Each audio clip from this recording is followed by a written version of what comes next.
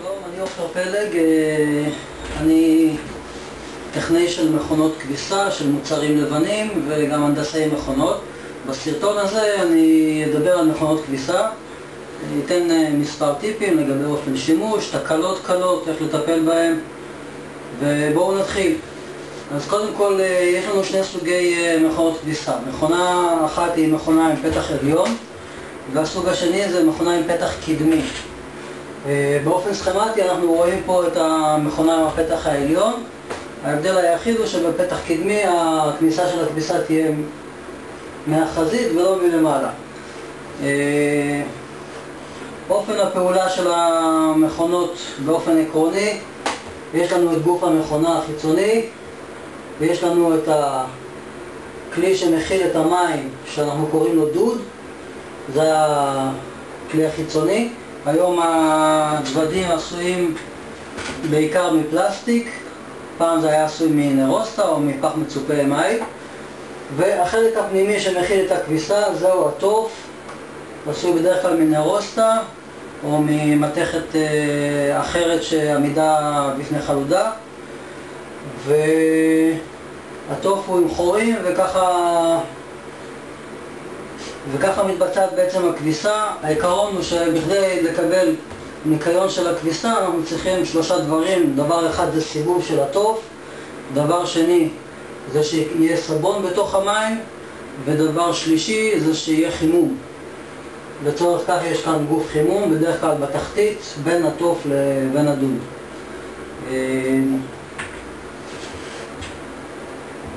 בתחתית של המכונה יש לנו משאבה שתפקידה להוציא את המים כשצריך. זה בעצם באופן סכמטי צורת הפעולה של מכונת הכביסה. לגבי אופן השימוש במכונה, קודם כל כמות הכביסה. בכדי לדעת אם כמות הכביסה שלנו היא תקינה ולא מעמיסים את המכונה יותר מדי, אנחנו צריכים לשים לב שאחרי ששמנו את הכביסה כשהיא יבשה, הדלת של המכונה נסגרת בקלות ולא צריך להפעיל עליה לחץ בשביל לסגור אותה, ורצוי אפילו להשאיר טיפה מרווח בכדי שבזמן הכניסה הרעיון הוא שהבגדים יתערבלו בינם לבין עצמם, וזה מה שייצור את הניקיון כשהם מתערבלים בתוך מי סבון. לגבי סוגי הכביסה יש לנו אפשרות להפעיל תוכנית רגילה, תוכנית לכביסה עדינה גם, ויש תוכנית עם השריה, או כמו שנקרא באנגלית pre-wash או כביסה מקדימה. כששמים תוכנית עם כביסה מקדימה, שזה בדרך כלל תוכנית מספר 1 בסקאלה של התוכניות, אנחנו צריכים לשים אבקת כביסה בשני התאים, גם בתא מספר 1, גם בתא מספר 2. לשאר הכביסות אנחנו צריכים רק בתא מספר 2 לשים את האבקה או את הנוזל של הכביסה. הכביסה המקדימה, ה-pre-wash, או כמו שקוראים לה השריה, היא שימושית בעיקר לבגדים מאוד מלוכלכים. מה שקורה זה שבתוכנית הזאת המכונה בעצם עושה מחזור כביסה קצר של 10 דקות או רבע שעה עם חימום של המים ועם סבון בכדי להוריד את הלכלוך הגס, ורק לאחר מכן מתחיל מחזור הכביסה הרגיל. בדרך כלל זה לא שימושי, פעם זה היה שימושי לבגדים מאוד מלוכלכים או לחיתולי בד שפעם והיו צריכים לנקות אותם. היום פחות ופחות שימושי, בדרך כלל משתמשים בתוכנית רגילה, בתוכנית 2, 3 או 4, או אפילו בתוכנית לכביסה עדינה שהיא קצרה יותר. לגבי המרכך, כמות המרכך ששמים במכונה צריכה להיות בדרך כלל תק אחד של מרכך. רצוי לא לשים יותר מזה. בדרך כלל בתא של המרכך יש סימון של גובה המקסימלי שמותר לשים מרכך. ברגע ששמים יותר מהגובה המקסימלי המותר, כמות של מרכך, בעצם המרכך לא יבצע את תפקידו. במקום להישטף אל תוך המכונה בשטיפה האחרונה, בכניסת המים האחרונה של הכביסה, הוא ישתף מיד בהתחלה ולא יהיה לו שום אפקט של ריכוך של הבגדים. לכן שימו לב, לשים פקק אחד, ובכל מקרה שלא יעבור את גובה הסימון המותר בתוך תא המרכך.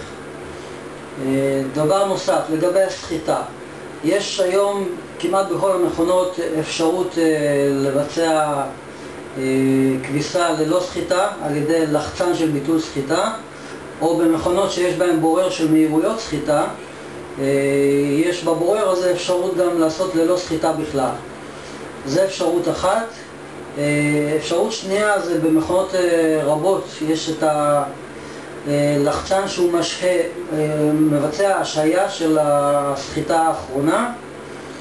זה אומר שבעצם המכונה תעשה הכל חוץ מהסחיטה האחרונה ותשאיר את הבגדים עם המים האחרונים שנכנסו לתוך המכונה ועם המרכך. הדבר הזה כמעט ולא שימושי. זה יכול להיות שימושי במידה ורוצים נגיד לצאת מהבית ב8 בבוקר ולשים מכונת כביסה ולחזור ב4 אחר הצהריים, ואז לתת לחיצה על אותו הלחצן של ההשהיה ולבצע את הסחיטה האחרונה. זה מאפשר לנו מצב שבו הכביסה לא תחכה לנו כאשר היא כבר סחוטה מלפני מספר שעות, והיא מקומטת מאוד וגם עם ריח לא נעים. אז בצורה כזאת של השעיית סחיטה, הכביסה מחכה לנו בתוך מים עם מרכך, לא סחוטה עדיין, ורק לחיצה נוספת על הלחצן של ההשעיה לבצע את הסחיטה האחרונה. פחות שימושי, לא מומלץ, בכל מקרה לא מומלץ בכלל להשאיר מכשירי חשמל עובדים בזמן שאנחנו לא נמצאים בבית. דבר נוסף שקשור לסחיטה זה המהירות של הסחיטה. בדרך כלל מומלץ, מי שתולה כביסה על חבל מומלץ שיעבוד עם מהירות 500-600 סיבובים לדקה. זה מספיק טוב, הסחיטה היא מספיק טובה, וככה אנחנו שומרים גם על המכונה שתאריך לנו ימים יותר, וגם על הכביסה שגם היא תאריך ימים. ומי שרוצה לייבש את הכביסה במייבש כביסה, בכדי לקצר את זמן הייבוש ולהאריך את חיי המייבש גם, אז רצוי שיבחר במהירות סחיטה 800 או 1000 סיבובים לדקה. זה פחות או יותר לגבי המהירויות. דבר נוסף שאנחנו צריכים לבחור בהפעלה של המכונה זה את הטמפרטורה. יש מכונות שלכל תוכנית יש טמפרטורה קבועה שלה, ויש מכונות שאפשר לבחור את הטמפרטורה לגבי כל תוכנית ותוכנית. בדרך כלל כשמדובר על כביסה צבעונית רצוי שהטמפרטורה לא תהיה גבוהה מדי, 40 עד 50 מעלות, ייתן לנו ניקיון טוב וישמור על הצבעים של הבגדים שלא ירדו מהם ושלא יתערבבו, שהבגדים לא יצבעו אחד את השני. דבר נוסף, תקלות קלות שאנחנו יכולים לטפל בתור משתמשים בעצמנו. למשל, אם יש לנו תופעה שהמים נשארו בתוך המכונה, המכונה נשארה מלאה במים, ואי אפשר לבצע סחיטה. במקרה כזה כדאי לבדוק את הפילטר של המכונה. זה בדרך כלל איזשהו פקק שנמצא על המשאבה ששואבת את המים החוצה.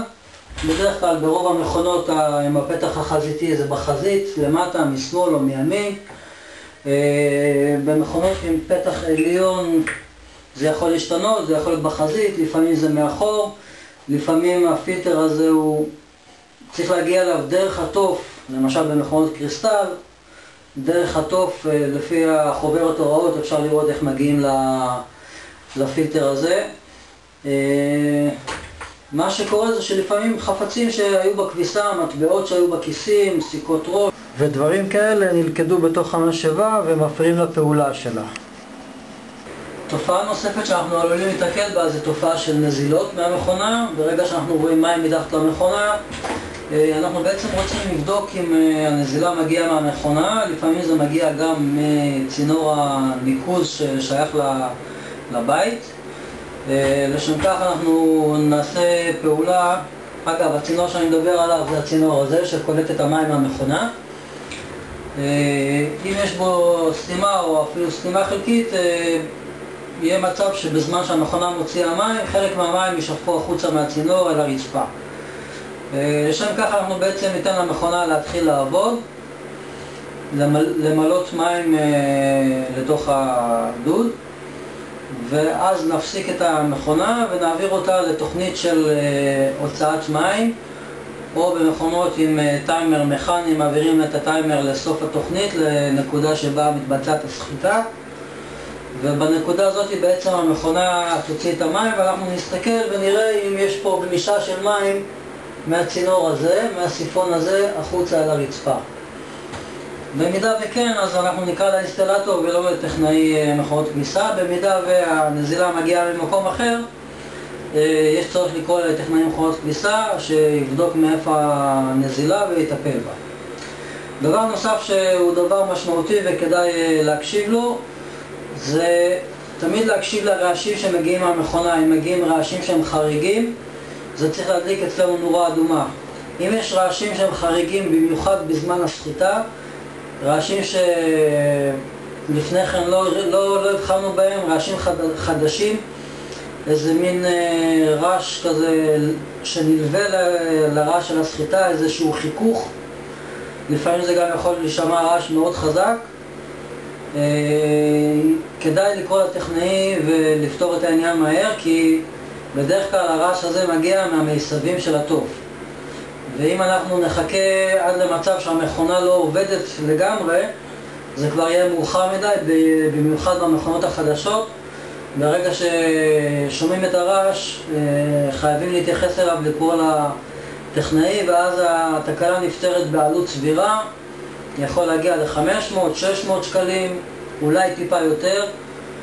במידה וחיכינו עד שהמכונה בעצם נעצרה, זאת תקלה כבר שגררה את הנזק שהוא מעבר למסבים עצמם, והנזק יכול להיות בעלויות של מעל 1,000 שקל, ובעלויות שהן גם מעבר לעלות של חצי מכונה, ואז התיקון הוא פחות כדאי. אז מי שרוצה בכל זאת לשמור על המכונה שלו ולהמשיך איתה עוד מספר שנים, יכול בעלות סבירה לעשות את זה, ובתנאי שהוא שם לב לרעשים ותופס אותם בזמן ולא חיכה עד שהמכונה עוצרת לגמרי.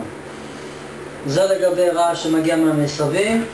לגבי תחזוקה כללית של המכונה, רצוי פעם במספר חודשים, פעם ב3-4 חודשים, לעשות למכונה ניקיון עם חומר ניקוי מיוחד שבדרך כלל נמצא בסופרים. אפשרי גם להשתמש במלח לימון, שזה משהו שנמצא במדפי התבלינים בסופר. להריץ מכונה עם טמפרטורה גבוהה, ללא כביסה, עם כוס של מלח לימון. הדבר מנקה את המשקעים השומניים וגם את האבנית שמצטברת על חלקי המכונה, וזה יכול להאריך את חיי המכונה. בנוסף לכך, כדאי אחרי כל כניסה במכונות עם פתח קדמי לנקות את התחתית של הזכוכית. בדרך כלל בתחתית של הזכוכית של הדלת מצטבר איזשהו לכלוך, לפעמים שערות, דבר שגורם לחוסר התאמה ולטפטוף קל בזמן הסחיטה, טפטוף על גוף המכונה באזור שמתחת לדלת.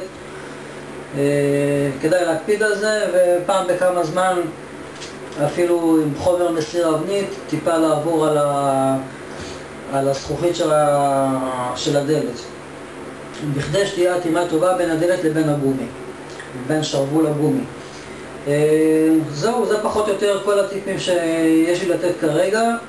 אני מקווה שהסרטון יועיל לכם, ונתראה בסרטונים הבאים. תודה ולהתראות.